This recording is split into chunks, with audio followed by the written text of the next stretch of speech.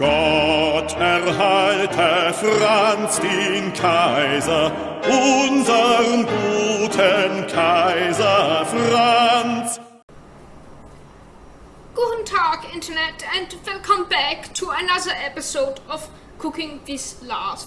Today I will be making one of my favorite desserts using rice. Now, we will add this short-grained rice into an oven-proof cooking pot. Make sure you have washed the rice, and the rice is preferably a short-grain variety like arborio or even the Japanese ones. They work as well. Add half a teaspoon each of cinnamon, nutmeg and ginger, the whole brown powder gang into there. It's a lot of spice. And 1 entire liter of milk.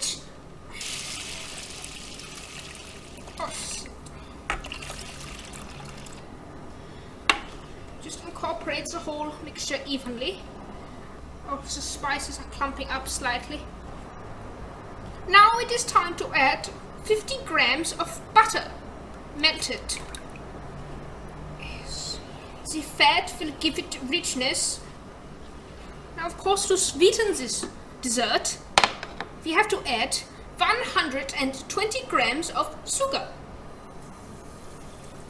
Doesn't seem like a lot of rice, but the mixture will boil down in the oven and will hopefully form a crust at the top.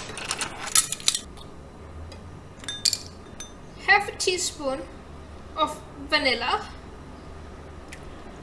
into the mixture. Now that we have all the ingredients to the pudding in the pot, it is time to bake the affair in an oven.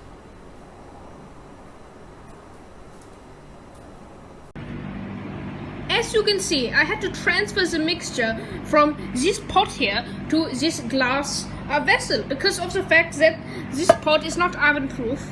So you may have to transfer the mixture into an oven proof vessel before you actually put it in the oven to prevent, disaster.